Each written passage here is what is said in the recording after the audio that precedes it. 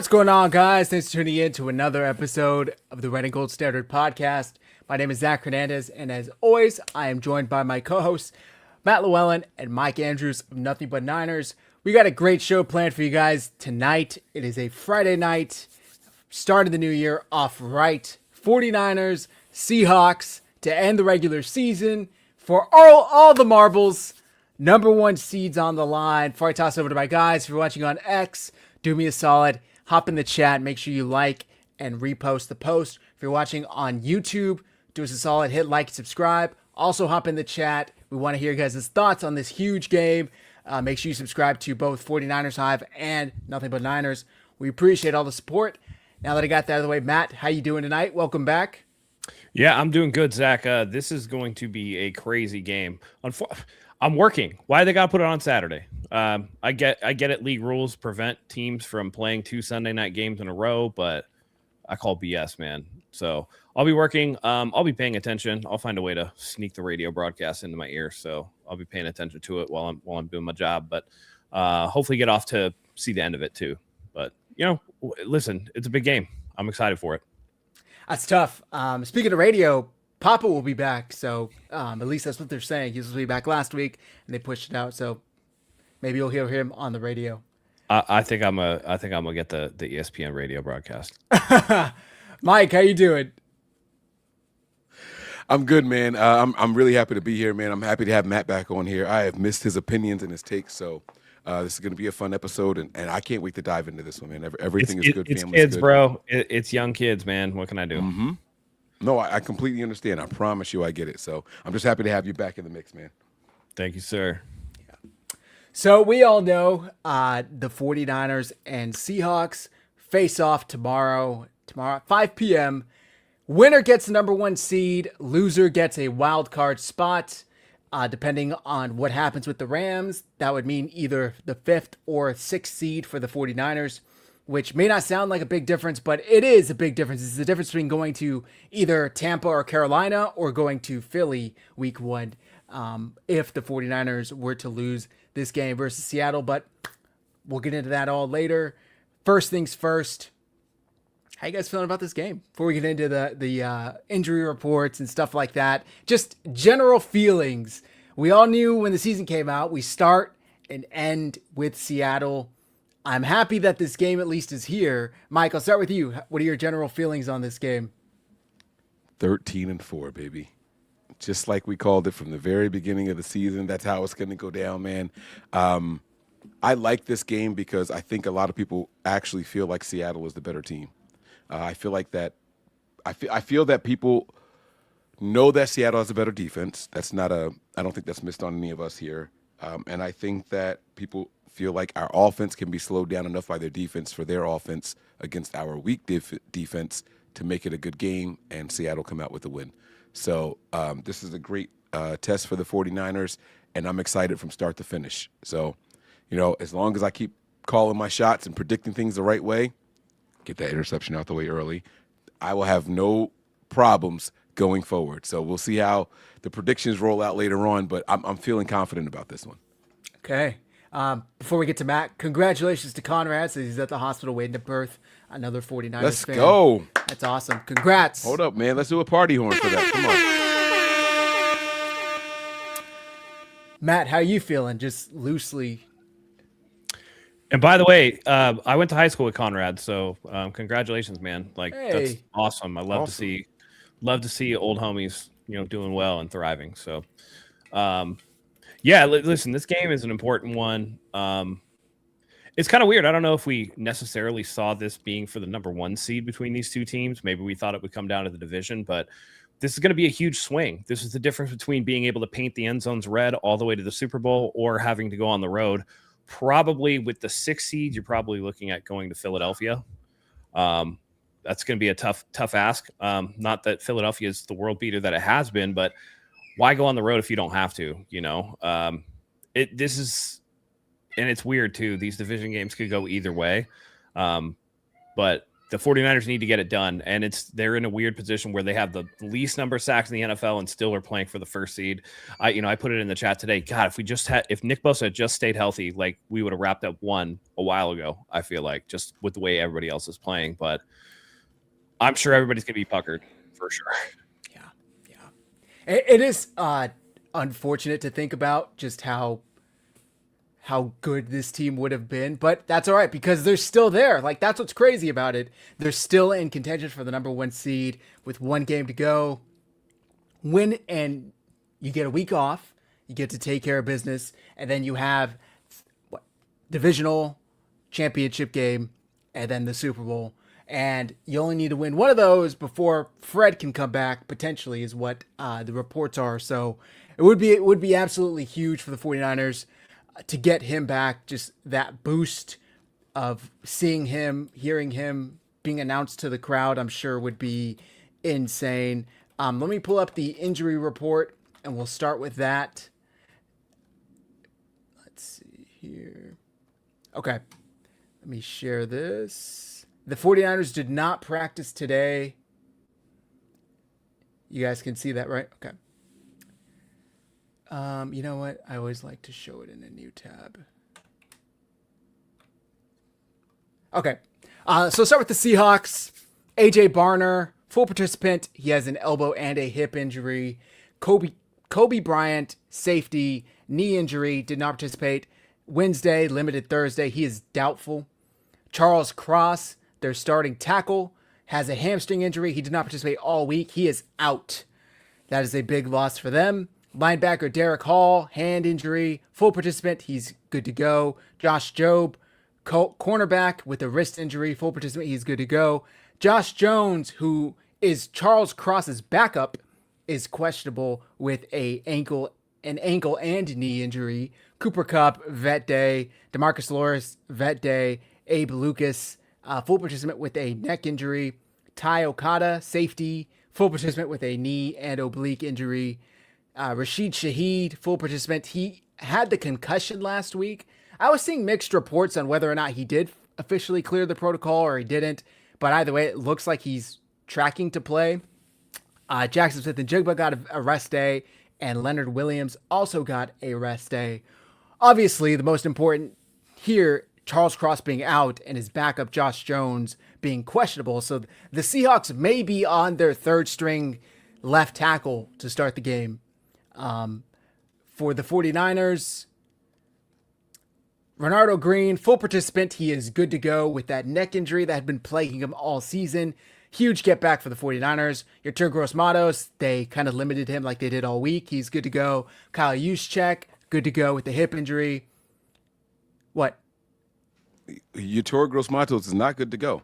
He went limited, then did not participate. He got worse as the week went on. But that's the standard. That's what they do to him every week. Really? Yeah, that's what they've done every week with him. Oh, I apologize. My bad. That's just to manage that knee injury. Oh. So that's kind of the standard operating procedure around him. Kyle Juszczyk's good to go. Hip injury. George Kittle, officially questionable, but Kittle said he's playing for sure Saturday night with that ankle injury. McCaffrey has that lower back soreness. He's good to go, full participant. Ricky Pearsall, officially questionable with a knee and ankle injury. He was limited all week. Upton Stout had the concussion. He was a full participant Thursday. He's officially questionable. Keon White has the groin injury. Did not participate Tuesday and Wednesday, but he did participate Thursday. He's officially questionable. And Trent Williams, we all know that hamstring that he pulled chasing the pick six on Sunday night. Did not participate all week, is questionable. Apparently, this is his first soft tissue injury in his career. So Kyle Shanahan was saying that he doesn't really know what to expect or how to feel about it going forward. There's a chance he could play. They're not ruling anything out. If not, Austin Pleasance would have to step in like he did Sunday night and play in his place. Thoughts on this, guys? Thoughts on the Seahawks injury report? Thoughts on the 49ers? Any? Obviously, Charles Cross is, like I said, out. That's the biggest name, in my opinion. Yeah, it's going to count for maybe half a sack for the 49ers' favor. It's about the same as what we've been dealing with, right? It'll be nice to get Renardo Green back. I think that's going to be a big pickup. But they have to get some pass rush, man. Like they just have to do something. The best way to make Sam Darnold turn into a pumpkin far prior to midnight is, getting some pressure on him and letting him make a bad decision. You also have to worry about the two-headed monster in the backfield for Seattle. And you just can't let them get going on the ground. They were middling offense. I mean, they struggled to pull out in front of Carolina last week. And I know Carolina's in the mix to make the playoffs, but let's be real. This is a team where the 49ers and Brock Purdy threw 3 first-half interceptions against them, and they were leading by a touchdown at half. So there's ample opportunity to make Sam Darnold uncomfortable. He has 20 turnovers this season. 20. That's horrific. I think in terms of like QBR, he's like 23rd or something like that, or like EPA or whatever. All those advanced metrics, he's not playing well. And the more he plays, the more pumpkin like he gets, and you hope that the bright lights of Saturday night kind of get to him. It kind of happened last year with Minnesota when they absolutely laid an egg against the Detroit Lions. So they have to put something together. You're facing a backup tackle. His backup is banged up. There's ample opportunity. Bryce Huff needs to do what the 49ers brought him in to do, which is rush the passer. It's just real thin there, and that's what concerns me the most. Yeah, I agree. And you mentioned Sam Darnold. He really does crumble under pressure, and the 49ers need to find a way to manufacture that pressure. Can they take advantage of Charles Cross and potentially Josh Jones both being out? There was a clip circulating Seahawks X this week where Mike McDonald was asked whether or not Josh Jones was going to play, and he said, if Josh Jones can play, he's going to play. Somebody cut off the if on Seahawks X, and it was like, Josh Jones can play, he's going to play. And it was like, oh, he's going to play. But that's not what he said. There was an if ahead. So he was trying to say if he can go, he's going to go. That's a huge loss. I mean, I can't imagine being without Trent and then losing Austin Pleasance. I'm knocking on wood here. But it's like, that's what that would be for the 49ers. Obviously, to a lesser extent, because Charles Cross is no Trent Williams. But that's a huge loss for them. Kobe Bryant, I feel like he's always a pain in the 49ers' ass and that secondary. So him not being there is a huge plus for the Niners. We'll see if Rashid Shaheed goes. I think I did see that he is tracking to play, but he did have that concussion last week, so maybe they'll be careful, limited with him and his snaps. Who knows? As for the 49ers, I really hope Keon White can go because he, although hasn't really filled up the stat sheet, I thought he's been impactful in games, if anyone. Him and Gross Matos have helped the 49ers get somewhat of a pass rush, even though they haven't gotten home. And I also want to remind fans, last week they went up against probably the best offensive line they'll see all year in the Chicago Bears. Mike, what are your thoughts here? So there's a couple of things here. I thought Kobe Bryant was a target. I kind of want him to play. Every time I watch them, there's 2 players that suck when I watch them every time. Now, I don't watch them a lot, but one player is Sam Darnold. The other player is Kobe Bryant. I remember during the draft process, Niner fans going crazy over him, and I'm like, you guys only want him because you can remember his name. I swore that was the only reason why anybody liked him. I was never really wowed by him. And then when we played against him, I'm like, this guy is food. Like, we can take his lunch. And every time I watched him, I felt like that's what I saw. That does not mean that the other 14, 15 games of the season, he was not good. So you have to forgive me for my ignorance there. The other player that I wanted to I want to ask about something that you said, Zach. You said this is Trent Williams' first soft tissue injury. That's what of his Kyle career. was saying, yeah. Is a contusion a soft tissue injury? Isn't a bruise a soft tissue injury? No? I mean, technically speaking, I think they're talking more to like an injury to a muscle. As opposed to like a strain or like a tendon type of thing? Is that what you mean? Yeah. Because he's had calf strains, he's had shoulder strains, like so that not breaks. He's had strains before, so that's why I'm wondering what that means. And that's this is I mean, not to. No, I'm confused by it too, because as far as I Oh, know, okay. Trent Williams has had soft tissue injuries, but I think this is the first time he's had a hamstring injury specifically. That's what I Oh, was okay. working off. So I don't know. And honestly, Kyle is so bad with reporting player injuries that he He's gets like that on real purpose, though. confused sometimes. Well, yeah, he's either confused or he's obfuscating, but he's not always clear with what exactly is going on, and sometimes he purposefully or mistakenly misrepresents what's going on with players. So, Yeah. So he probably said something along the lines of this is his first time having this type of soft tissue injury, meaning this type, like the hamstring in particular. Maybe yeah, that's what he meant. Okay, all right. Because I was just like, I don't recall. Like Trent has missed games, and it wasn't for broken bones, it wasn't for concussions. Like, what's left? So that's why I was wondering, like, what exactly that meant. All right, that's cool. he's definitely had the Um, ankle. I know that he's had ankle injuries before.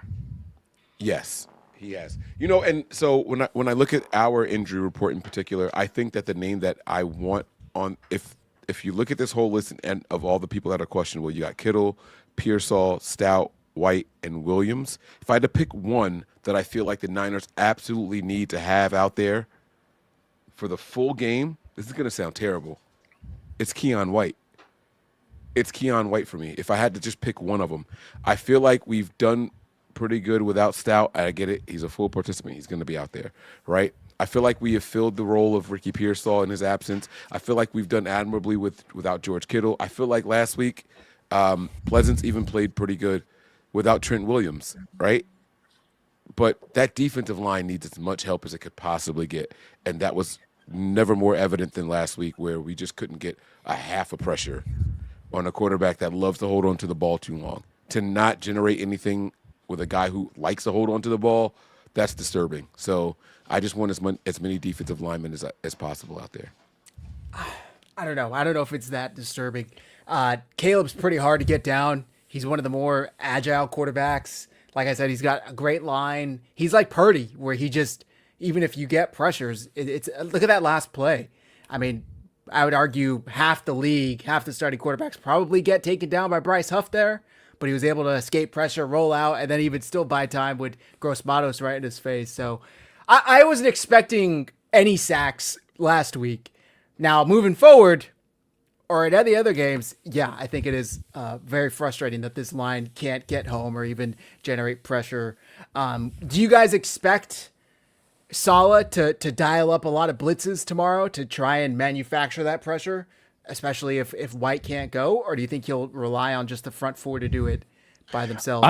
I don't know, but little Bobby needs to do something because his defense looked terrible last week.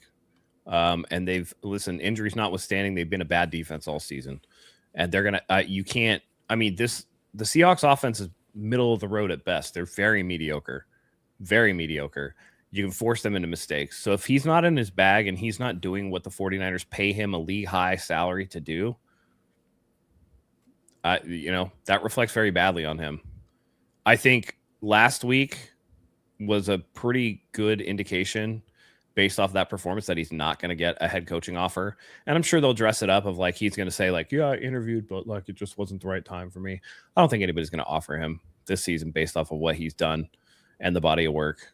The 49ers offense pretty much has carried the team along with special teams all season. So, Saleh's got a lot of work to do, and the Seahawks can be had. So he needs to get deep in his bag.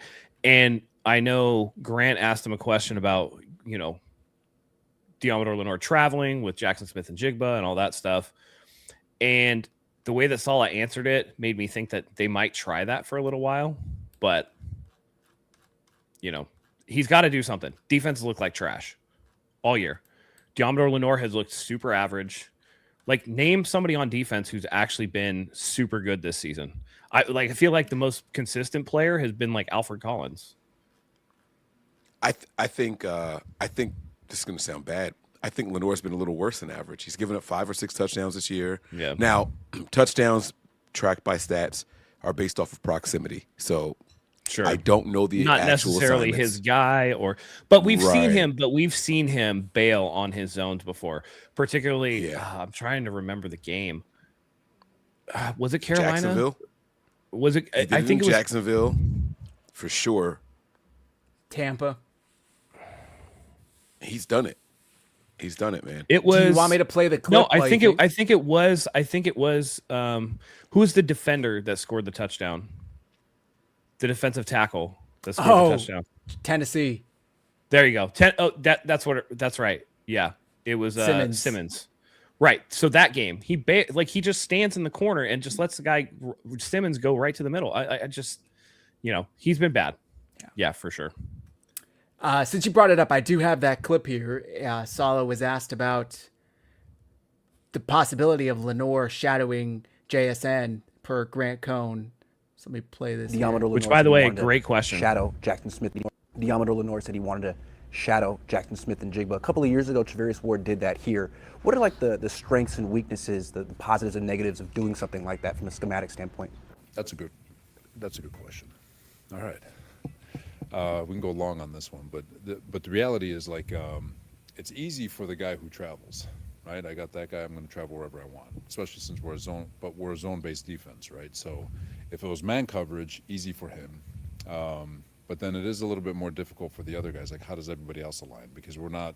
Do you go match where everyone just picks a number? What if that number's not on the field? Do you pick a different number? Do you, or is it all right? We're all going to align off of Demo, and what if Demo's in the slot? Does that put the nickel out on number one where he's not used to being? So techniques change within your man principles because now you're in different locations. All right, now put yourself in zone. You're trying to match up where he is, and you're matching up now. Demo's in the slot. Does that mean Upton's now playing corner third, which he hasn't done all year? And so there's a lot of new techniques that you're going to ask a guy to do. So it's very expensive, not for the guy traveling, but for the guys not traveling. If that makes sense. Now, can it be done? Of course, it can be done.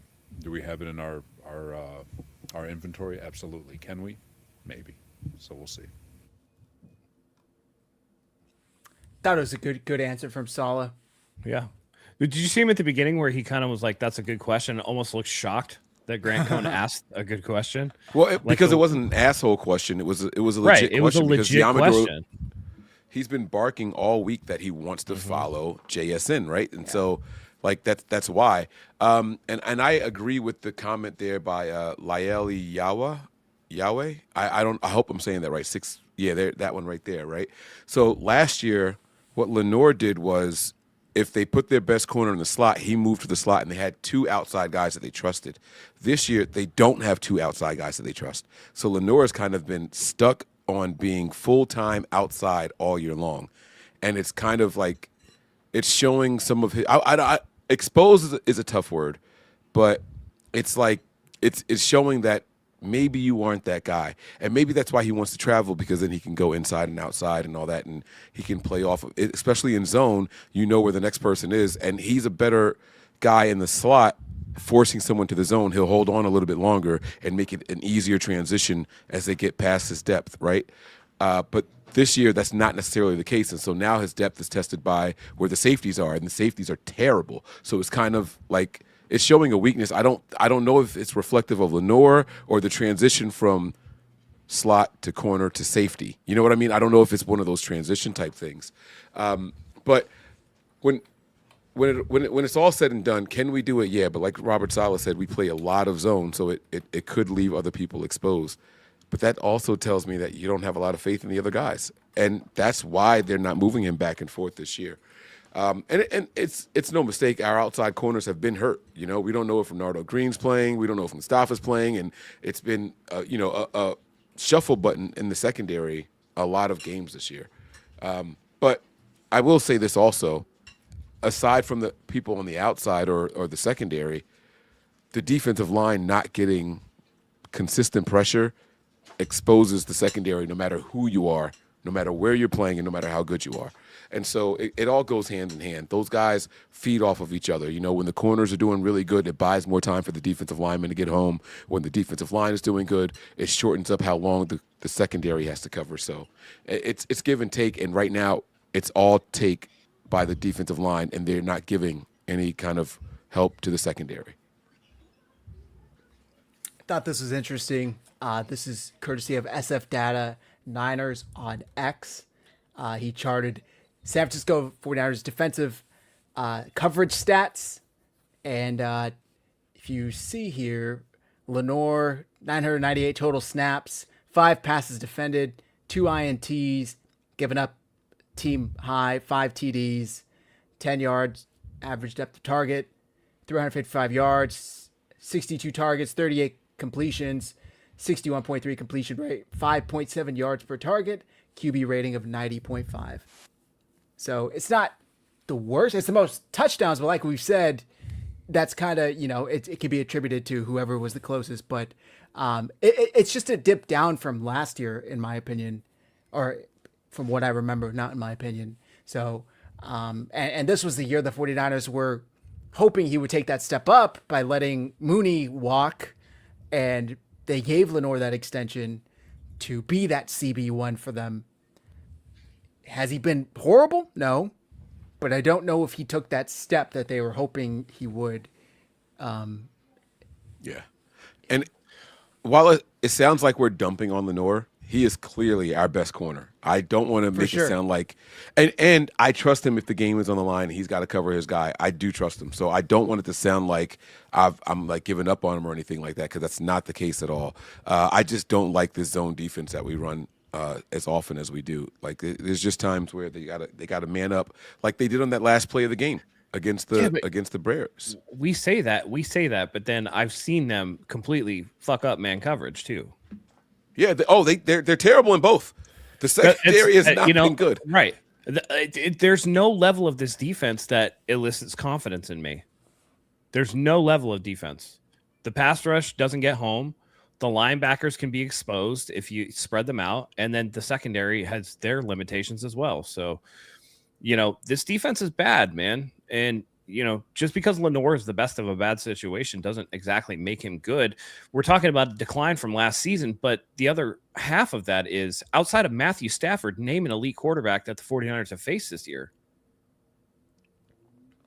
I challenge you. I don't think there's one on the schedule. I'd say Trevor Lawrence, but that's just based on his play this year, but not elite, but I mean, call. Yeah. But they're out here making people look really. I mean, they made Bryce Young look pretty good. They made Caleb Williams look outstanding. Stroud look good. They made CJ Stroud look good. Yeah. You know what I mean? Like they're letting quarterbacks carve them up. So to say, oh, it's not that big a dip, it's like, yeah, but the schedule is way easier this year than it was last year. And he's playing worse. And we've seen the miscommunications every single game, which we've all talked about. That's got to fall on the coaching. There's no excuse this late in the season to have that many miscommunications, For sure. So I just think that while he's the best, and I want to say this too, and all due respect, because maybe they know something that we don't, but if he's out there chirping the entire week, he damn well better actually shadow him. Because if he was chirping knowing that the coach is not going to let him do that, that's kind of some soft shit, dude. That's some soft shit. If you're sitting there like, I could lock you up, I'm going to lock you up, let me follow you, and then the coach isn't going to let you do it, and he's not going to let you do that, then you got to keep your mouth shut, dude. Otherwise, you're yelling into the wind. It's not going to happen. They're not going to let him shadow. I know it's not going to happen. That's why I'm saying, like, I'm leaving the door open just in case.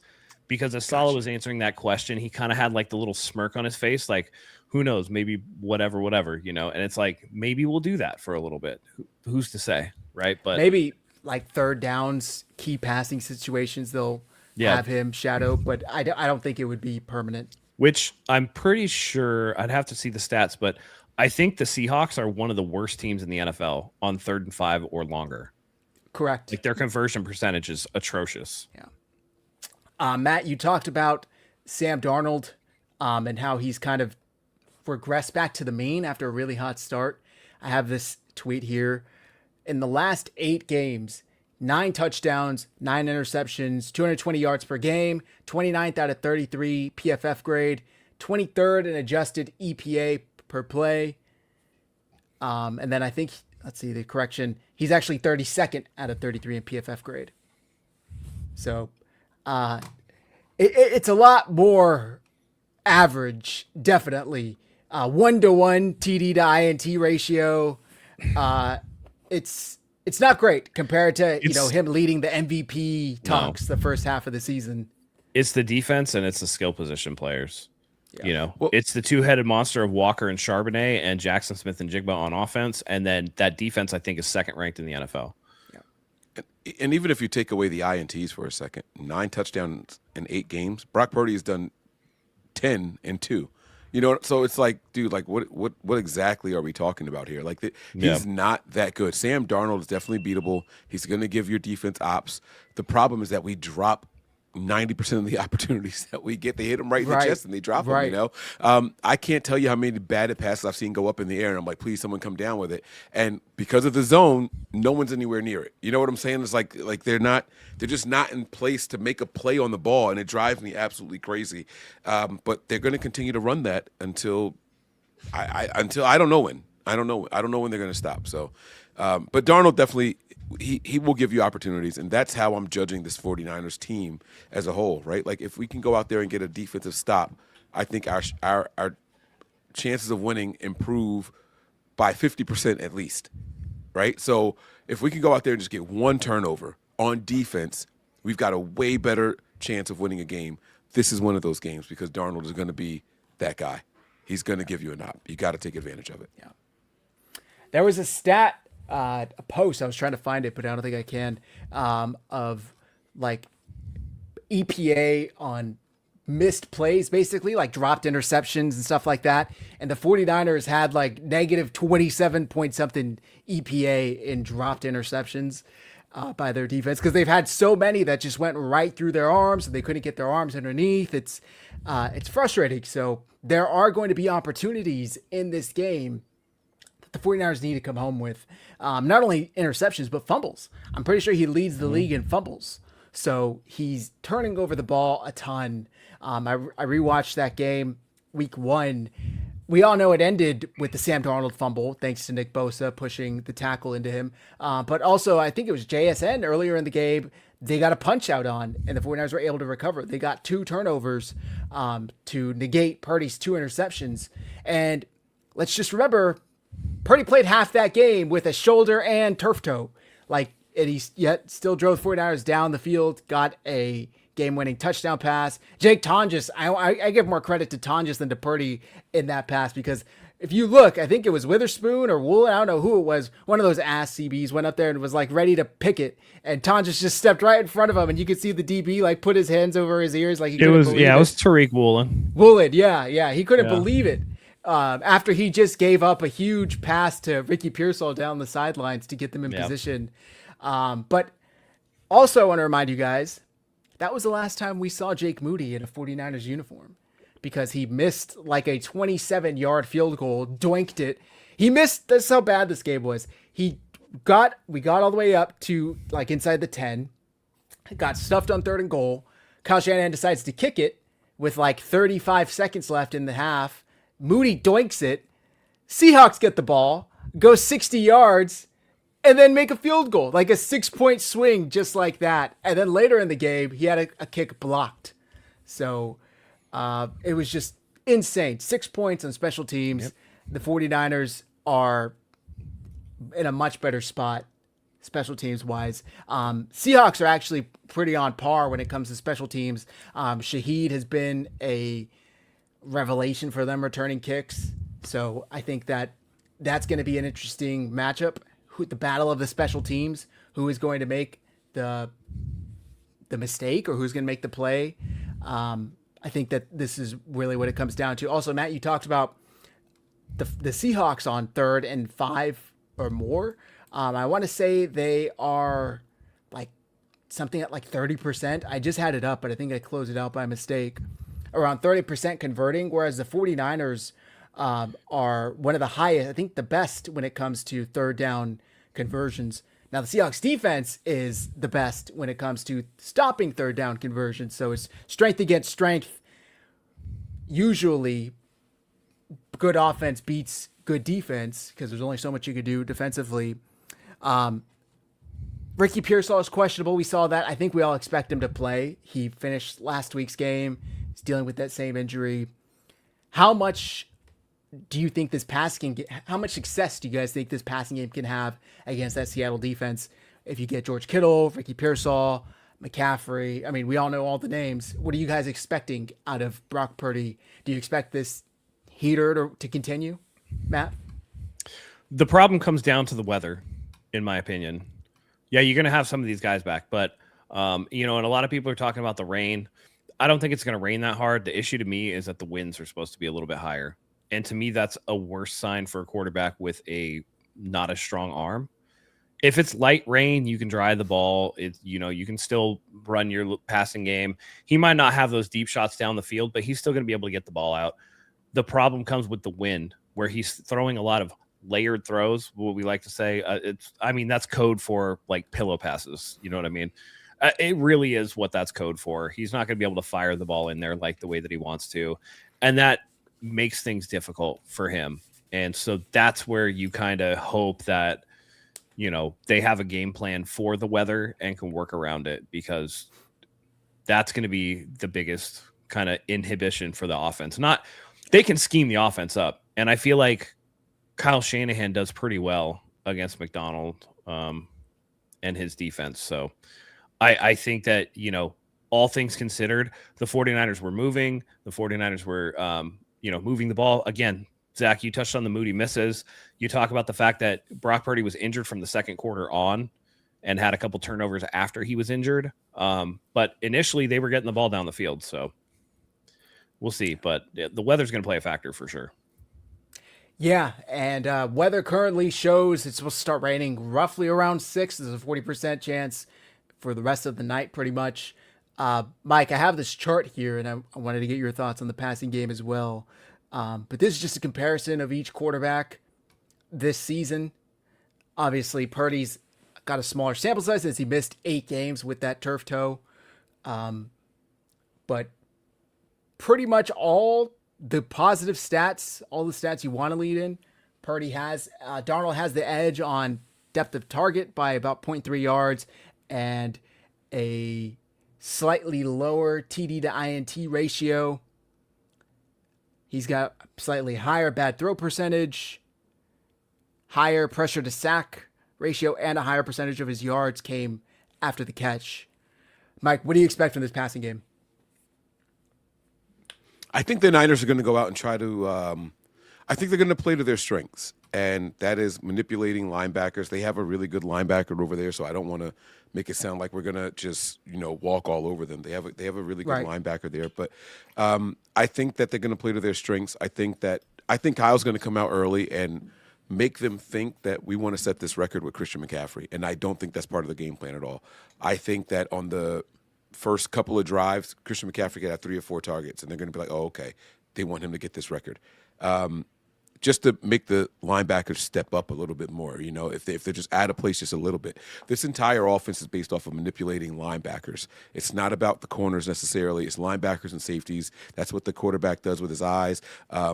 After last week's game, we just saw play after play where they show Brock Purdy, and if you watch JT O'Sullivan, you watch Dan Orlovsky, any of these guys, they're talking about, look at the stripe in Brock Purdy's helmet. Look at the stripe. He's looking this way, but the play is over that way. And what he's doing is he's looking one way to make the linebackers either hesitate or step a little bit, or the safety step forward because they think it's going to go that way, and he throws somewhere else. And I don't know if you're going to have that same type of success against this defense. I think this defense is going to trust their cues, and they're going to play the way that they're supposed to. But I do think Kyle can have some success.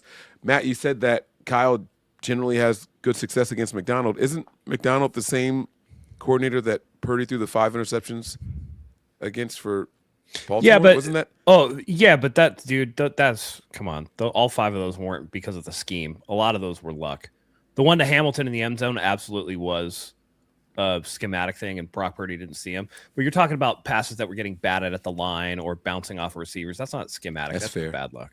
No, that's fair. That's fair. Yeah. Good call there. Good call. So I think that the Niners, I think what we have to do when we go into here is just stay true to who we are. Play into our strengths and not theirs. Don't try to manipulate the defense. This is what we do well, and we dare you to beat us. Right, it's almost like how the Seahawks defense used to be with the Legion of Boom. Right, we're going to run our defensive scheme. We don't care what personnel you run out in. We're going to come out in this formation, and we're going to come out with our base guys, and we dare you to outperform our guys, our 11 versus your 11. The Niners really have to do that. They have to dig deep in this game. I don't see this as being a blowout for either team. I think it's going to be a close one. I don't think it's going to be as high scoring as what we just experienced last week. Agreed. And it's going to come down to the least amount of mistakes. And believe it or not, I think special teams is going to be a major deciding factor in this game. Yeah. And that's scary because Shaheed is healthy, like Zach mentioned earlier. Well, tracking to be. He had that concussion, but he was a full participant yesterday. Looks like he's going to play. We got a super chat from our guy, Gray Fox, 198. Unpopular opinion. I think our defense will show up and play lights out. They know they are the laughing stock of the league. They will play with a lot of heart. We'll sack Darnold a few times. We'll get a few turnovers. SF 38, Seattle 13. That's a ballsy prediction, Gray Fox. Appreciate the contribution. That'd be a big one. Yeah. Yeah, that'd be huge. A couple of sacks. That's what you're surprised over the most. Yeah, no, the score doesn't surprise me, right? It's the couple of sacks, and it's just it's not that it's impossible, right? Sam Darnold will hold the ball a little too long. Sam Darnold, when he panics, he becomes a half of field read guy like Jalen Hurts does, right? And so it's kind of easy to tell where he's going to go with the ball, but that doesn't mean that we're going to get the sacks. The issue with the sacks is that their offensive line is solid. I'm not going to say it's great. I think the Bears, one of you guys mentioned it earlier, the Bears probably have the best offensive line that we faced all season, and it showed on tape. But the Seattle Seahawks offensive line isn't just trash, and I know that Cross isn't going to be there, and they're questioning his backup. But I don't think it matters. That's the one position group that we don't take advantage of players being out in. We just don't have the horses in the trenches. We don't have them, and so it's kind of it's more schematic than anything. There was a question that was asked earlier: do you think Robert Saleh is going to blitz a lot? I don't think so. I don't think he's going to blitz a whole lot in this game, mainly because when you do that, you leave your secondary vulnerable. There's minus people in the secondary when you blitz. That's why it's a blitz, right? You're sending more up front than what you normally have in the back. Otherwise, it's not a blitz. It's just your normal rush, right? I don't think that Robert Saleh is going to do that, mainly because Sam Darnold is getting comfortable in this offense, and he can make some plays here, and he's got a really, really good arm. He's a talented guy. Matt talked about the wind. His arm is strong enough to nullify that wind. And so when you factor all that in, I don't think Robert Saleh is going to leave the secondary vulnerable. I think he's going to want to try to neutralize things as much as possible, put more bodies back there, have him hesitant on when to throw. That's when you're going to generate the sacks, right? A couple of 3-man rushes instead of 4 and just dropping another lineman back or something along those lines. You know what I mean? I think that's where you can really start to confuse a guy like Sam Darnold. But it's not going to be off of the blitzes. If you blitz, he's going to have he's going to have a quick read, and I think that he'll be able to take advantage of it. If this was week 1, I would agree with that. But not right now. Right. If we still had all the healthy pass rushers, sure. And if he hadn't been playing in the system for so long. True. We got another super chat from Boye Pogi. Hopefully I pronounced that right. We don't have Moody. It's going down to the kickers. That's it. I don't necessarily disagree with that. Yeah. Yeah. I mean, listen, the NFL put this game in this spot for a reason. And maybe the NFL, hold on, put a little tinfoil hat on here. Every time I see Bill Vinovich's name, the hairs on my neck stand up a little bit. I'm just like, what is this going on right now? So, 38-13, that was a bold prediction from Gray Fox, but the league ain't going to let that shit happen. And by the way, if we get as many calls as we just got in this 49ers-Bears game, my God, that crew could not stay off my damn TV. They made it all about themselves. That's what I was going to say. So I think the worst crew to have was the crew that we had last week. They literally called when on a field goal or a kick attempt where you go leverage or legal touching. They called a leverage penalty on the Niners, and we don't line anyone up over the snapper. Yeah. Right? They just felt like they needed to call that play. Collins didn't touch him. No one touched that guy on that play. And I don't think Bill Vinovich. What a bitch.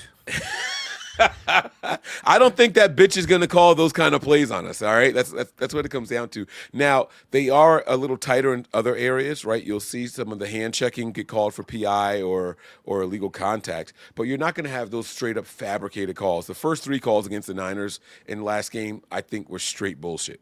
The first 3 of them, I think they were all bullshit. I don't think you're going to have to worry about that so much as guys being physical when they're running down the field and running routes and illegal contact. They're going to be watching that 5 yards hard. And if you get to 5.5 yards, they're going to throw a flag. That's what you got to worry about there with Bill Vinovich.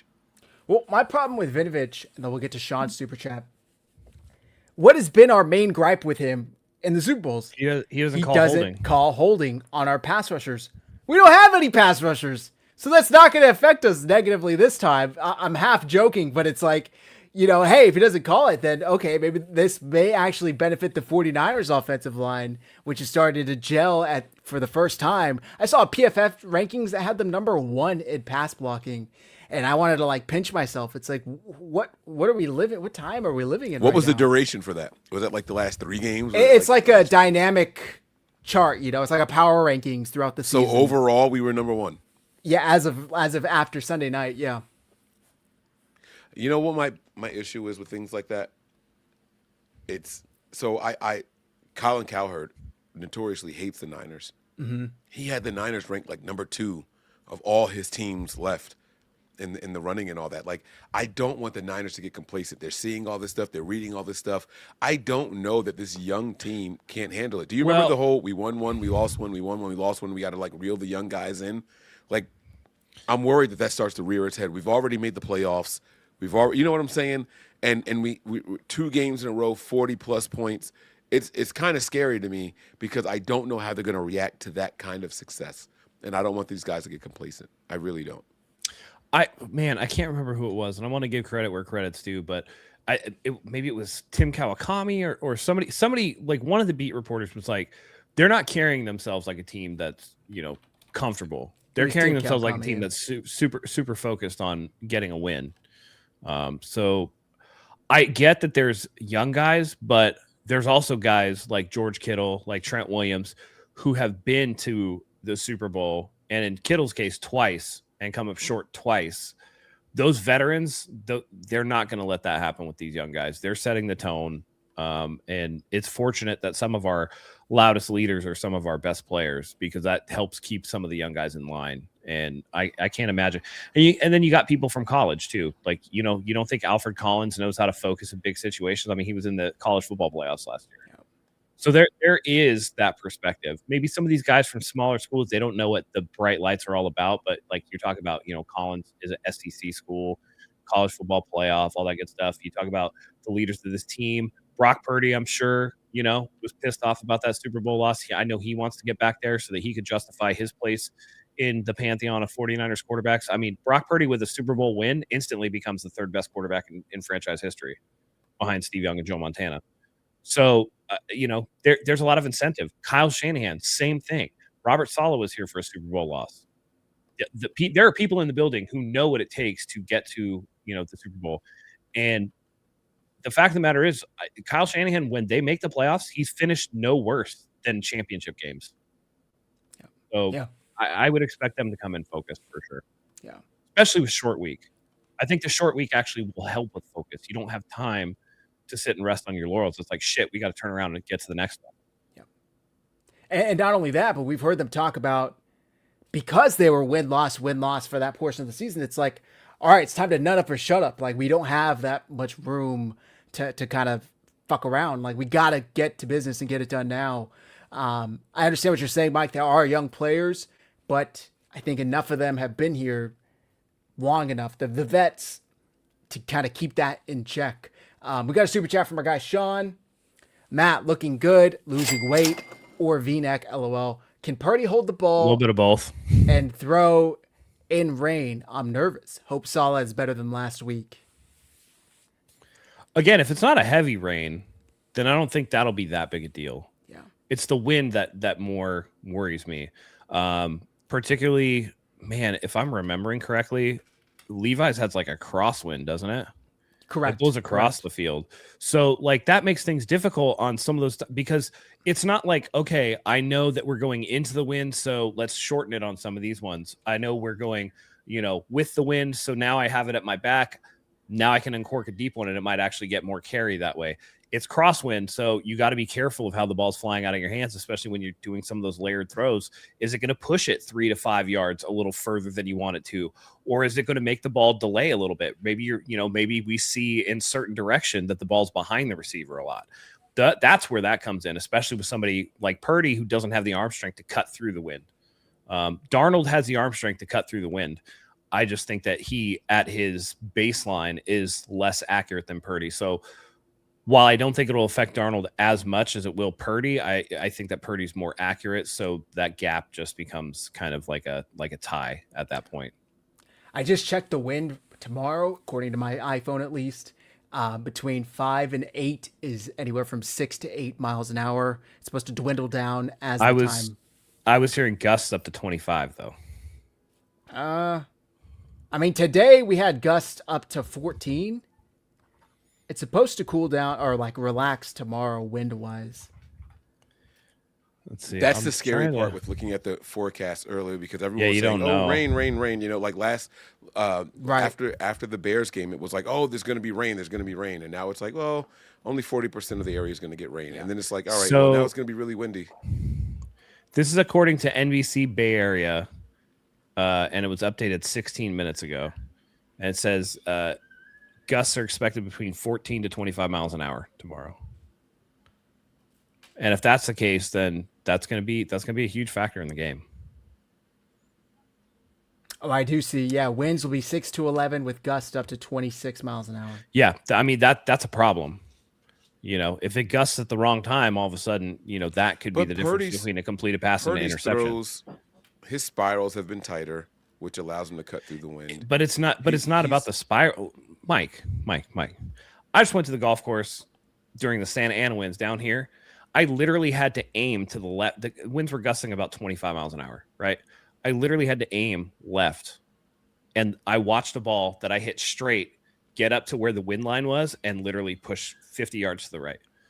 You know what I mean? And that's with a ball that has backspin of like, I don't know, 3,500 on a 5-iron. You know what I mean? Right. So yeah, it matters to a certain extent, but when you're talking 25 mile an hour crosswind, yeah, the ball's going to be spiraling, but it's also, I don't know, what's the weight of an NFL football? It's like 12 or 13 ounces, something like that. I mean, that's something that's pretty light. It's going to be able to get pushed over that way. And I'm telling you, even with the spiral, it's going to break. And now imagine you have the spiral, right? So Purdy's spiral will be a clockwise spiral. Now imagine a wind going against that spiral. Does it slow it down and slow the rotation so that it's behind? I do think that it's a lot different. fair.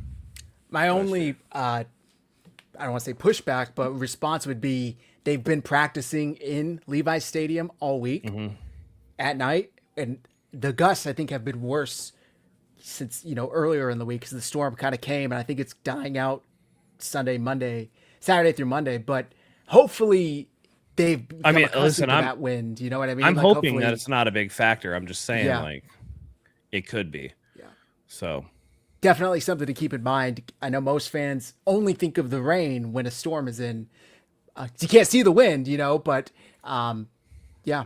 And they did bring up the chat. He played pretty well in Cleveland. That was a windy one. Yeah. So he was throwing pretty well there.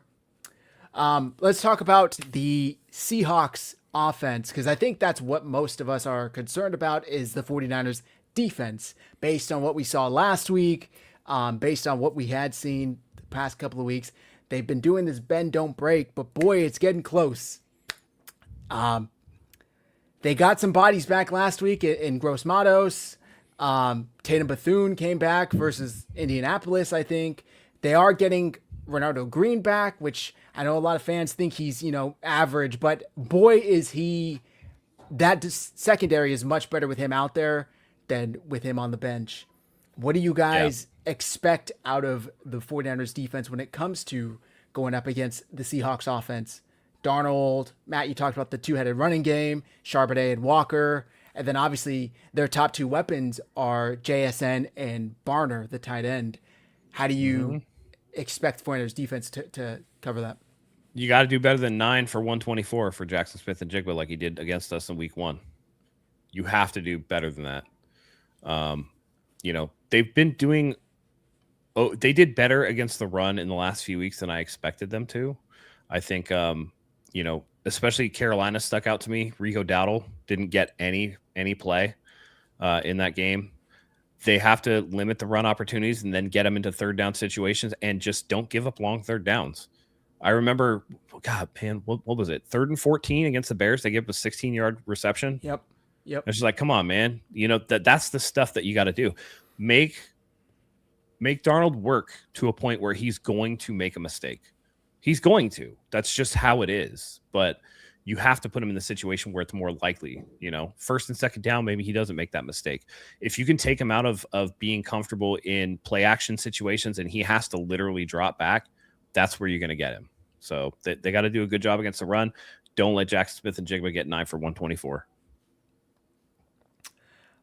Before I go to you, Mike, I actually think they could win with JSN going off, because that call me crazy, but I feel like that's like Robert Saleh's, like, I don't want to say method, but like we've seen those types of wins from the 49ers where they're okay with giving up like a ton of yards to an opposing team's wide receiver 1 in exchange for like not allowing anything else, right? So I don't know.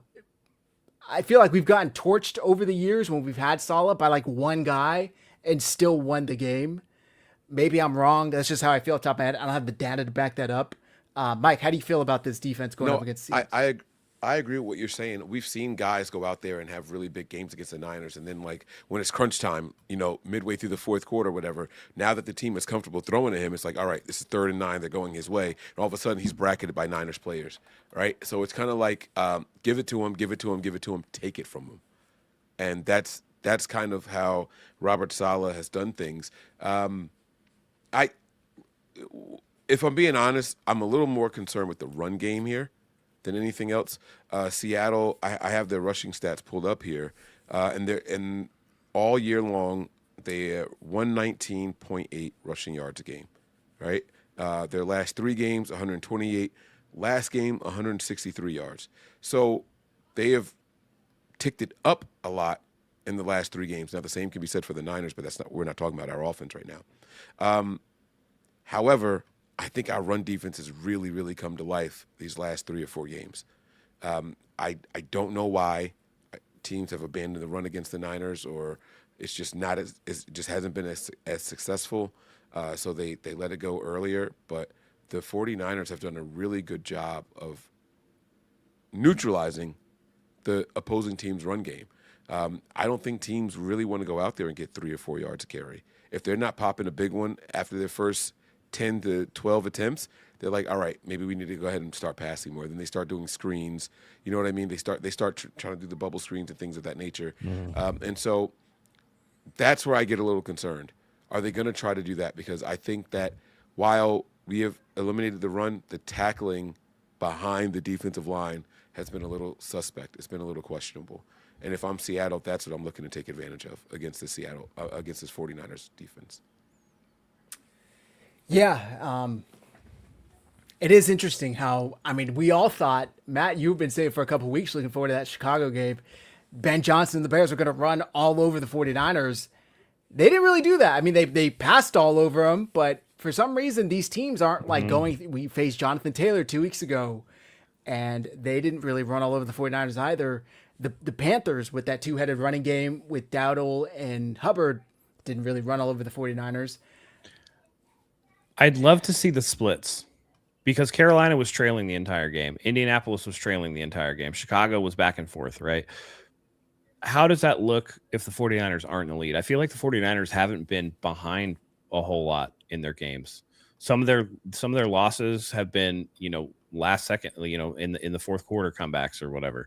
The only really bad loss that I just off the top, the 2 bad losses were Jacksonville, and the second Rams game were like pretty bad blowouts. But Houston. Oh yeah, I forgot about Houston. But, okay, so those 3 games notwithstanding, I feel like the 49ers have either been in the mix or held second half leads. I love to see the splits between the first half and the second half because I'm willing to bet that most teams abandon the run after the first half because the 49ers go into halftime with the lead. Yeah. We got a super chat from our guy, Sean. Second one. He says, Zach, Saleh had an open door policy for Ben Johnson last week, gave him his car, office, and bedroom, and said, here's my wife, Ben. Even that explosive. Damn. Yeah, I mean, anything Saleh did up until, he had the first 2 drives that were 3 and out, and then the last drive, he got a stop as time expired, basically at the doorstep, down to the 2-yard line. If Lenore doesn't stay home and make that tackle on that hook and ladder, I have no idea what happens. They probably win that game. So I guess you tip his hat that he got a stop at the end and 2 stops for the 49ers to come back and take the lead, tie it, and then take the lead to start. But other than that, he was getting cooked. And that's kind of my next question for you, gentlemen. It's not Ben Johnson the 49ers are going up against. It's Clint Kubiak. And it's actually the battle of the Kubiaks because the 49ers have Clay Kubiak. And let me make sure I have my Kubiaks right. Yeah. Seahawks have Clint. The 49ers have Clay. Now, Clint Kubiak's offense looked like it was like revolutionary, taking the league by storm. Well, maybe I shouldn't say the league. The Seattle Seahawks looked like completely different offense. It looked like Minnesota's last year with Sam Darnold and Justin Jefferson. But again, after like mid-season, it's kind of come back down to earth. And I think teams have kind of keyed in on what Clint likes to do. Have they gotten too predictable? Like, have teams been able to dial in on what Clint Kubiak is trying to do and wants to do and been able to take that away? I mean, most of the targets in the passing game are either to JSN or Barner. Almost nobody else gets targets on that passing game. How do you guys feel about defending Kubiak and whether or not he's become too predictable? I mean, they still average the second most points per game in the NFL. They've had some big explosive outbursts. It's just that you got to get them into situations where they're uncomfortable. They played a lot of bad teams too. I think their strength of schedule is like right around where the 49ers is at the end of the day. It's like, bottom third of the league or whatever. Mm-hmm. But these last 8 weeks have been pretty eye-opening in terms of Sam Darnold's quarterback play. So their defense puts them in a lot of short field positions where they're able to get points, but it's not anything the 49ers aren't going to be familiar with. So that in and of itself should tell you that Robert Saleh's got to get in his bag and really take some stuff away. Yeah. Mike? What exactly was the question? Because I'm like reading the comments and all. My question was, talk about Clint Kubiak and how Seattle's offense looked amazing to start the year, but then it kind of regressed to the mean. And whether or not Clint Kubiak has become too predictable, and what do you expect out of the battle of the Kubiaks? Yeah, I think Seattle's offense has become a little bit more predictable. Now, again, 7-1. So who are we to say that? Right. Take that with a grain of salt. Games? Right, but it's not just the type of plays you call; it's when you call them, and they're going to stick to what they're comfortable with, and they're going to dare you to stop them. And if you can't, you can't, right? And so that's really what it comes down to. Even that game against the Panthers, there was a 3rd and long. The Panthers defense got the stop, and then there was like a face mask penalty or something like that, and it gave them the ball back, and they went down the field and scored, and that's what made the Panthers that put the game out of reach. The Niners hopefully don't do that. I'm saying hopefully because we also saw last game where the Niners got a stop, and then a player hit somebody after the play was over, and it gave them the unnecessary roughness, and they got Bethune? the first down. Yeah, so yanked face mask out. Right. Yeah. So it's like, dude, what are we doing here? We got to make sure that we play the right way. It's one thing to be able to predict what someone is doing. It's another thing to be able to stop them. And I do worry about the execution of the defense. I'm not going to lie to you guys. The defense scares the shit out of me for this 49ers team. And I think the better the quarterback that we go against, the worse we're going to do. Fortunately for us, it's still Sam Darnold. We have to remember that. It's still Sam Darnold, guys. when he snaps that ball, watch where he's looking on his third step. I don't care if it's a 3-step, 5-step, or 7-step drop. Once he hits that third step, the side of the field he's looking to, 90% of the time, that's where he's throwing the ball. 90% of the time, right? It's very predictable. He'll snap the ball, looking left, 1, 2, and then as he's turning to 3, it looks like he's going through progressions. He's going to that side of the field. We just have to be sound. And I just hope that these young players in the secondary just don't bite on it. And that's a big ask. That's a big ask. I don't trust anybody out there, if I'm being honest with you. It's Brown, Mustafa Green. I don't trust any of those guys back there. So they really have to bear down and focus on what the task is at hand and just not fall for the okie dokes. Just play your game. Don't try to do someone else's job. That's what it's going to come down to. Their offense has become predictable. You can tell what they're going to do in certain down and distances, but you got to be able to stop it. That's it.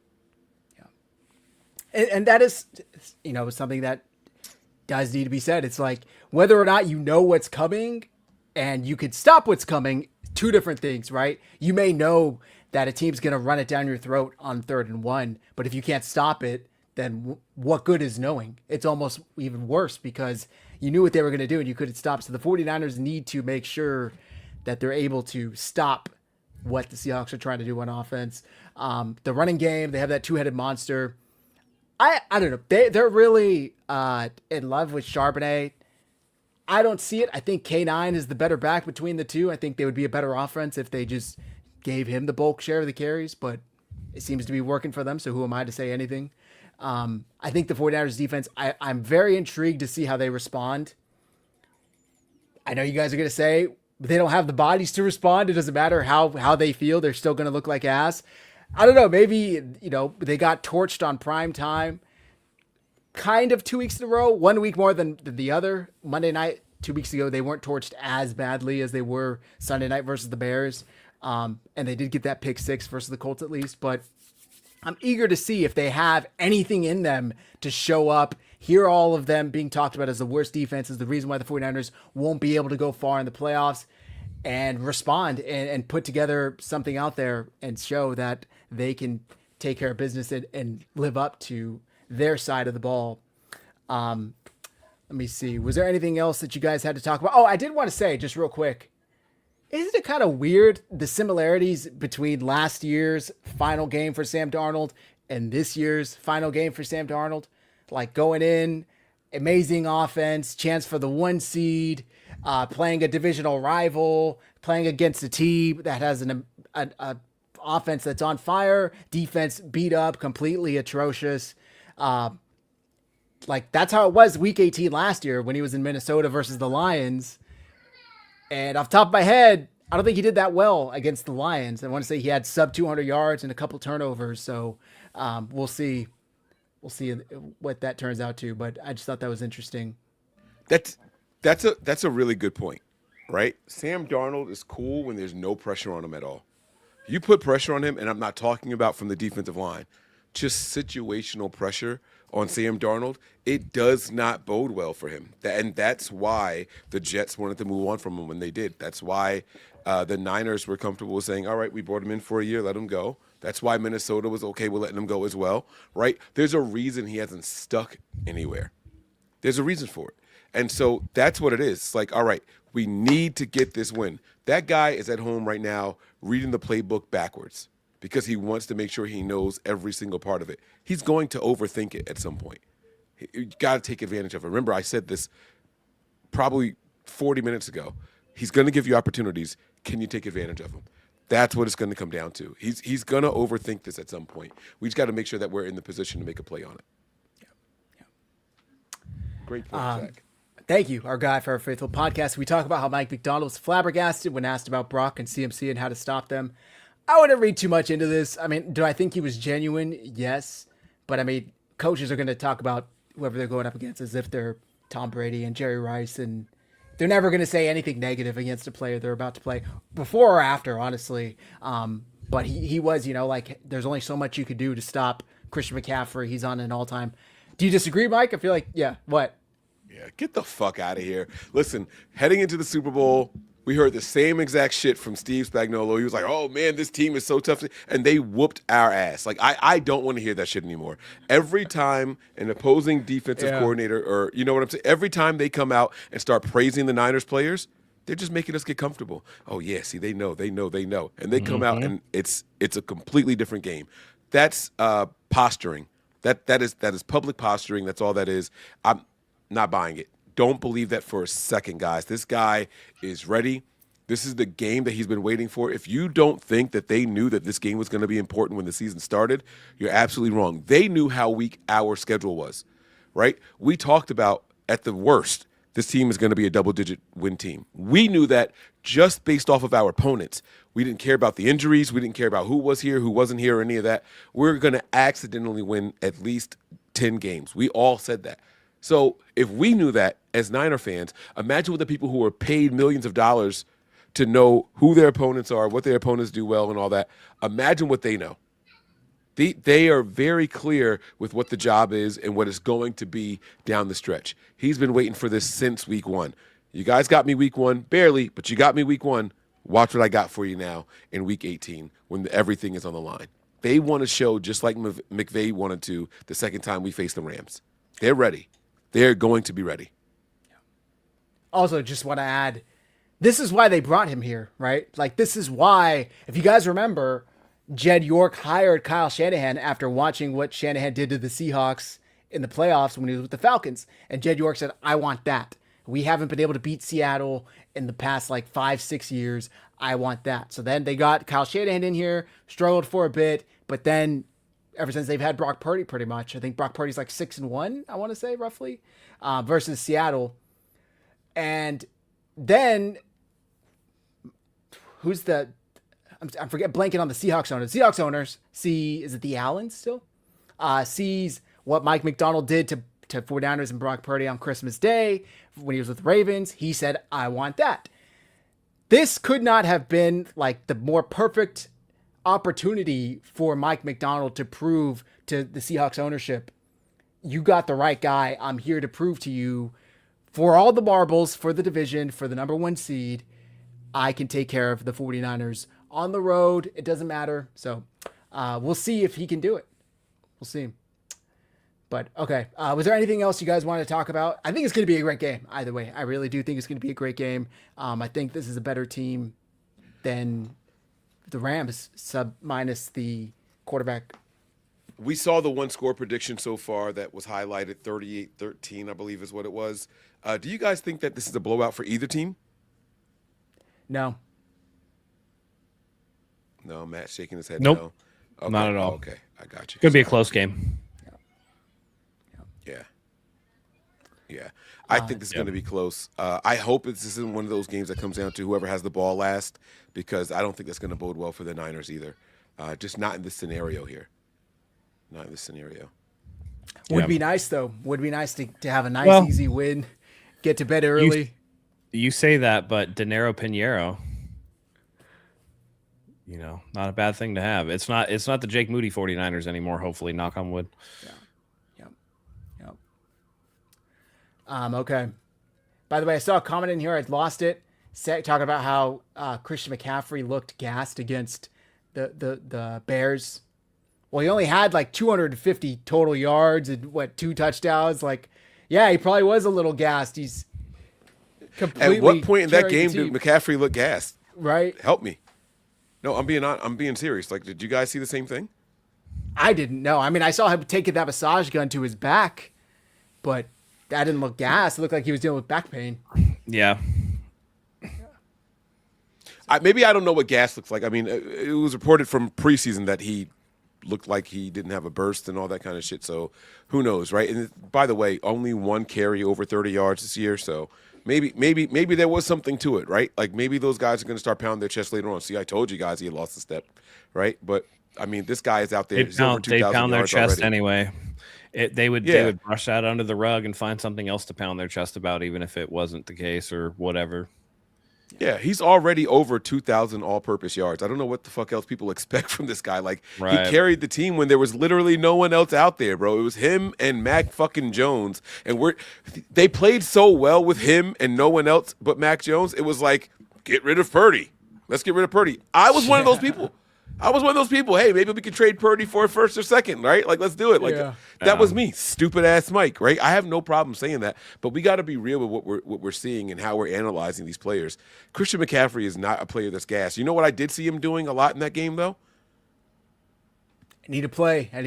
Give me one play. Give me one play to catch my breath. That was it.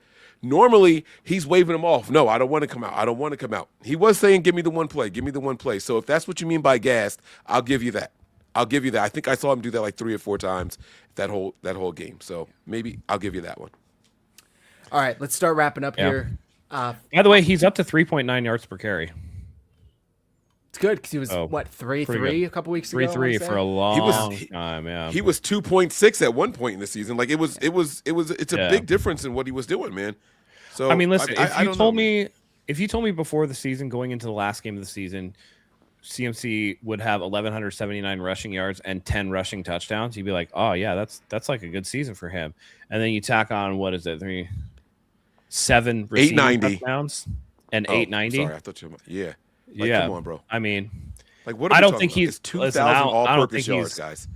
Do you think he gets the 110 that he needs to get? I don't think he does, but so that's the play I think Shanahan is going to use early. I think that the first couple of drives, they're going to start with the pass to CMC, just to make the Seahawks think that's their game plan. They want him to get this record, and they want to win off of CMC's legs, and then they open it up to everybody else. So expect to be disappointed the first couple of drives. Now, if it's successful, then maybe not. But I think that's what Shanahan wants to do. I think he wants to make them think that that's the focus for the entire team right now, and then he's going to okey-doke them and just start spreading it around. 5 touchdowns to 4 different people type of shit. Like, that's what Shanahan is going to want to do. Right. And just real quick on the CMC thing for the people who say he's lost his burst. They just talked about it in the Bears game, that he leads the NFL in broken tackles. He has like 100+ broken tackles this season. That tells me that's not CMC losing burst. He's not getting blocking, because he's clearly trying to have to get through a lot more defenders than the typical player, because that's 10 tackles a game or whatever. Like, that's insane, dude. He's rarely stopped in the backfield. And there were a handful of runs Sunday night against Chicago where he should have been stopped for a loss. He was able to fight forward for at least a couple of yards, if not more. It's really impressive what he's able to do at this stage of his career, the amount of carries he's had, the workload he's had this year. You just got to tip your cap and respect it. There was something I was going to say about CMC, but I totally forgot. Just how much the running game has improved over the past month. I mean, as a whole, the offensive line, I talked about the pass game, but run blocking as well, it's really improved. And you're seeing that with both running backs, McCaffrey and Brian Robinson. We'll see what that will look like tomorrow night versus Seattle, because this is probably the best running defense they're going up against. Although I was told Indianapolis had a great running defense as well, and the 49ers running game really took off that night. So we shall see. All right, let's get into these offensive and defensive player of the game predictions. Mike, I'll start with you. Offensive player of the game. This is a tough one. I've been going back and forth on this, so if you guys ask me this in 10 minutes, I'll probably have a different answer. Right now, I'm going to go with Jake Tungus. I believe Kittle will be out there. I think he's going to be used as an extension. I'm not certain on how Trent Williams will fare, whether he'll dress or not, and even if he does, how much are they really going to lay on him, right? So I think they're going to use George as an inline blocker more. And so I'm going to go with tight end 2. We officially have one now. Let's make some noise for that, right? Drop a bomb on it. I'm going to go with Jake Tongue. Just give me 7 targets, 6 receptions, 89 yards, and 2 touchdowns. Yeah. There you go, baby. Jake Tongus.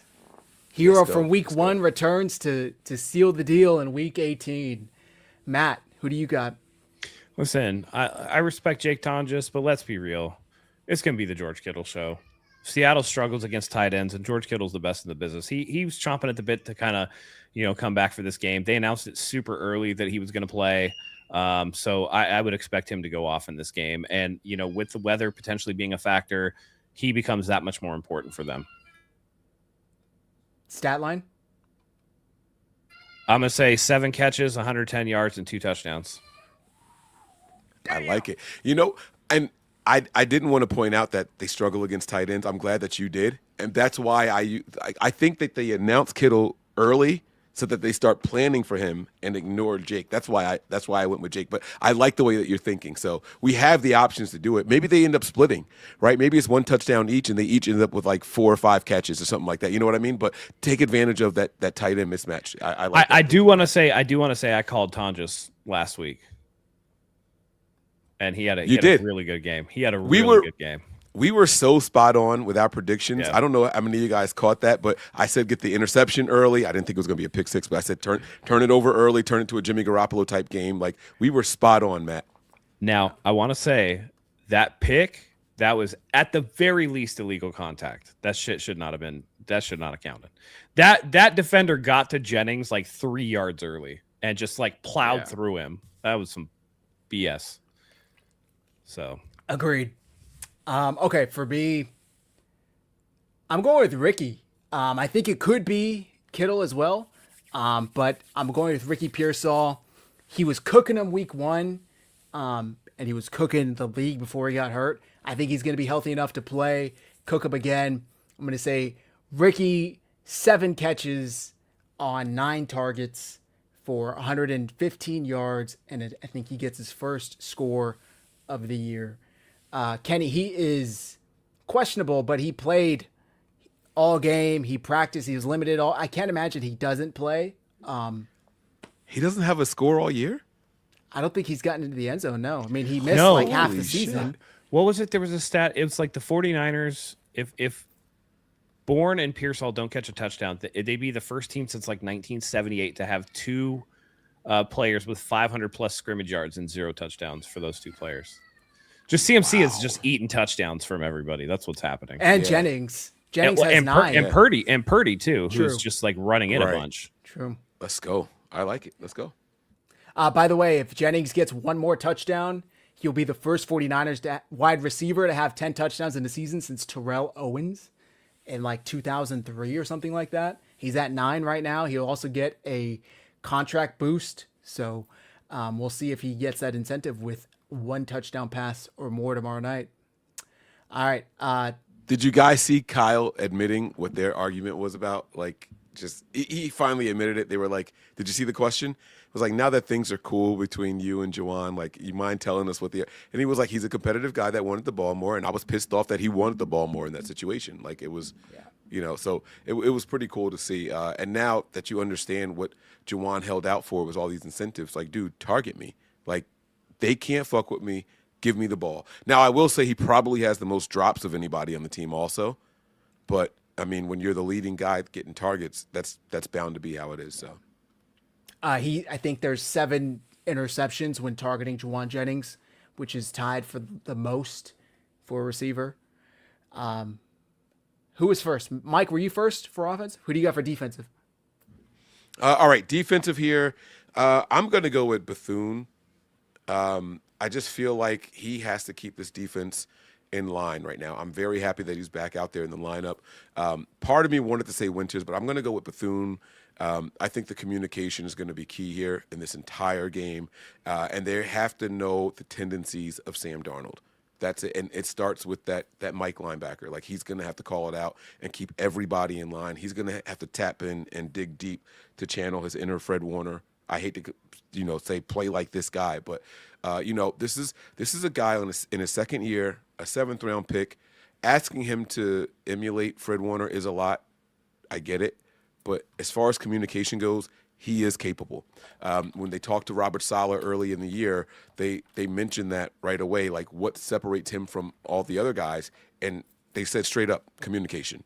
They didn't hesitate. They were like, the communication is what it is. So I'm going to go with Bethune. Give me 8 solo tackles, 5 assists, and 2 PBUs for Bethune. Okay. 8, 5, and 2. Matt? Listen, I think Alfred Collins is going to play a big, big role in this game. You got to stop the run. The best way to get Darnold uncomfortable is to flush him out of the pocket. I think that Collins can do that with some interior pushback. and I'm going to expect him to, lay the wood out there to the running back. So I know a lot of it won't necessarily show up in the stat sheet, but I think that he gets a strip sack and that he gets a pass deflected in this game. There you go. There you go. I picked him last week. He didn't show up. I'm picking him again this week. Bryce Huff. I think he takes advantage of that backup tackle. I think he gets a sack and a forced fumble from Sam Slippery Hands Darnold. But I do want to add, Diamador Lenore, you better show the fuck up. You cannot talk all that shit all week, all season, and then go out there and have a quiet game. Like, you need to have some PBUs. You need to have an interception. You need to, keep JSN in check. Whatever you got to do, you can't talk all that shit and then not back it up. Like, I can't support that as a fan. And I love Lenore. Like, I think he's like the embodiment of a 49er, right? The way he carries himself. But if you're going to go out there and talk all that shit, you got to go out there and back it up. So I'm picking Bryce Huff with the caveat that Demo needs to step it up. Final score predictions. Mike, final regular season score prediction of the year. Oh, God. All right. Before I say my score, I do want to give an honorable mention to the player of the game. Offense and defense is what we ask. But I do think that we finally have a kick return for a touchdown. Sky Moore is going to get in the end zone. I really, really think that this is the game that it happens. I think that he's been so close all year. I mean, it's time for him to get one. If not now, then when? So I got Sky Moore getting in there. All right, final score prediction for me. I'm going to go Niners 27, Seattle 24. Oh, you bitch. Sorry, was that audible? You were not muted. You weren't muted. It's cool. Matt, what's your score? I'm going to say 49ers win this one. Hard-fought game, very close. I'm going to say they win 23-20. Damn. Okay. I was toying between a 4 and a 3 point. I have 24-20. So I think it's going to come down to it right at the end. I just hope for a good game. We've been blessed throughout the years. So many good Seattle, San Francisco games.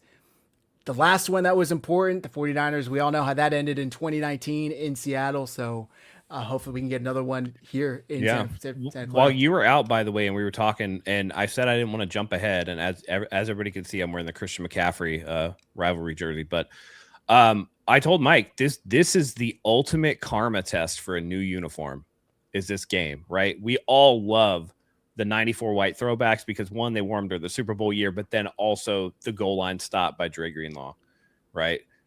Same thing with this. They can either be, if the 49ers win this game, these uniforms are goated, like automatically goated. If they don't, throw them in the fucking trash. You know what I mean? Well, they're only worn once anyway, so they better. I mean, they're gonna have to wear them again. They're gonna have to wear them again next year. Yeah. What? Yeah, they're gonna have to wear them again next year. I thought they were only a one-time thing. No, it's the Nike rivalry deal. Nike rivalry. The Nike teams, they're introducing new uniforms next year, but these stick around. Oh. It's not a one and done. I thought each like conference or division that they picked wore them once, and then they move on the to season. other divisions. They add other divisions. Okay, got it. Wear them once a season. Got it. Yeah. You think Nike is gonna be like, we're gonna do all this R&D work on 32 teams for them? I thought it was weird. One I don't fucking know. game. Yeah, right. I'm like, dude. they're picking like what, 4 divisions, 2 in each conference, and then they wear it once a game or once a season. Zachary Ethan Hernandez. Let me tell you something, my friend. I knew you were born on a day. Is your middle name really Ethan? It is. But please tell me it's not. It wasn't yesterday. Well, Nike is not wasting all of that. I haven't money seen that been announced. I haven't seen that announcement to where they're going to wear one. I mean, that's just moving business forward. 101, my brother. That's business 101. Well, what we heard all year? Wow, we don't get to see Fred wear the jersey. Like, we're only going to wear it once. This year, Fred's not going to wear it. That was never added. That caveat was never added. It was we're never going to see him wear it. But who was saying that? Was Nike saying that, or were people? I was seeing a bunch of people saying it. It wasn't just right. People Yes. are a prisoner of the moment. The company. I just didn't know that ahead. this was returning next year. I thought each team wore it once, and that's man. it. Look at the color rush. They did the color rush, and that shit was gone. That's because they told them to take it off. The NFL told them to take it off of TV because it looked stupid. We can't have two wearing color. Yeah, right. Yeah. That's Agreed. why. Not because Nike would have sold them until the cows came home. You know what I mean? But there's a reason why they're doing 2 at a time. They want them to get full focus. And I think that next season, it's not going to be the focus of the rivalry uniforms with the 49ers. They're still going to wear them though. But think about how much of a merch pusher this is. No, I agree. Maybe not the Packers, because the Packers ones are dog shit, right? I don't remember theirs. Oh, they did. Well, they didn't do rivalry. They just did throwbacks. Oh, right. They had the right. With the throwback painted and leather fake helmet, they were leather-looking trash. Yeah, those are- And they those are lost that terrible. game, by the way. They lost that game in those ugly ass uniforms. But yeah, I think that these are going to be sticking around for a while. I mean, the last black one stuck around for a while too, and these were better received, I feel like. So I like these more than the other black ones. I do. yeah, because you could read the numbers. I said this when they Yes. released the We last said one. that If they you didn't put have a gold trim trim on on the shit, you can Yep. see them. Yeah, it's exactly what it is. Yeah. So Yeah. and I only know, by the way, anybody wondering, I only know Zach's middle name because I got his wedding invitation today. I was wondering. Oh, I'm like, and- dang, did Yeah, I no, say it? the only reason why. I do want to say this really quick, though. For the Seattle fans that are in here saying that the Niners are going to lose, please make sure you guys come back for the post-game show. Please make sure you guys are back in here, regardless of the outcome. Yep. Please make sure you come back. All right? We got something special for you guys. Yeah, if you guys come back and you guys end up winning, you guys are welcome to come back too. Like that's come all in fine. and come in and gloat. We take it all. Yep. We take That's it all. fine. Pause. All right. I think that's going to do it for tonight's show. Mike, let the folks know where to find some premium content. Yeah, just dropped a very special episode over on patreon.com/NB9ERS. Make sure you guys get there. If you don't want to subscribe to that, become a member of the channel on YouTube. The Nothing But Niners members also have that episode. It will be slowly releasing, and we'll drop it probably late tomorrow afternoon for everyone else to see. But get it early. Why wait? Why wait? Get on over there, patreon.com. For everybody who is watching right now from the Nothing But Niners channel, I see a couple of Seahawks fans in here that are watching from the Nothing But Niners channel. Check out my guys over here also, 49ers Hive. It's right there below Matt, 49ers Hive on YouTube. So come over here. Show these guys some love. I'm not going to ask you guys to subscribe. You guys obviously aren't 49er fans, but make sure you spread the love around. Just click, give them the view also. It helps. It goes a long way. And do us a favor and hit that like. We're going to be respectful. We're not going to sit out here and call you guys out. Not yet anyway. I haven't had enough to drink, but we also are showing a lot of respect to everybody. Give us a like. It helps the algorithms and all that stuff. So we appreciate you all. Yep. Damn right. Last regular season game of the year. Yeah. Can't believe we're here, guys. Yeah. Matt, do us the honors. Well, listen, I wouldn't be me if I couldn't gloat. So let me put this comment up here. NFC West and AFC West this year, and then the next 3 years, we do not wear them again. Hold on, sir. Gotta sir. prove him wrong. I love when Matt Hold gets on, on sir. his soapbox. Hold on, Let's go, sir. Matt. Let's go, Matt. Hold Come on. on, baby. Hold on. Belt the ass in the comments. Let's go, baby. Blow that Full up, Zach. screen that bad boy. Let's go. Full Zoom screen. in. You got to Pinch do it it. on your end. How do I do this? do it. Control Pinch. and zoom. Oh, okay. Where's the little thingy? Where's the zoom? I don't even know. It's like get scroll it. up. Control and scroll up. Okay. There you go. Now zoom down to it. Okay. There you go. Come on. Read the highlighted section. After this season, Oh, the my Threads bad. will I'm be in shutting the it. team's uniform rotation for 3 years alongside existing alternate looks. All right. So, anyway, I didn't know that. I didn't care to learn it, but I didn't know it, so. I just want to say to everybody here, thank you as always for joining us, guys. We couldn't do this without you. And I really enjoyed that. So I hope I enjoyed tomorrow's outcome just as much as that. But thank you guys seriously for joining us. For Matt, for Zach, for Mike, for myself. We couldn't do this without you. Let's put boot to ass. Let's put belt to ass. Let's put foot to ass. Whatever. Seattle's gonna go home sore. Yeah. Pause. Zach. I don't know about fist to ass, but it's going to be a great game either way. I'm looking forward to it. This is for all the marbles. This is super important. It doesn't get any bigger than this. And it's prime time. Everybody enjoy the game. I mean, they're giving us Buck and Aikman, so it's big time. Enjoy the game, guys. Just remember, at the end of the day, this is what it's all about. So thank you guys as always for joining us. And until next time, go Niners.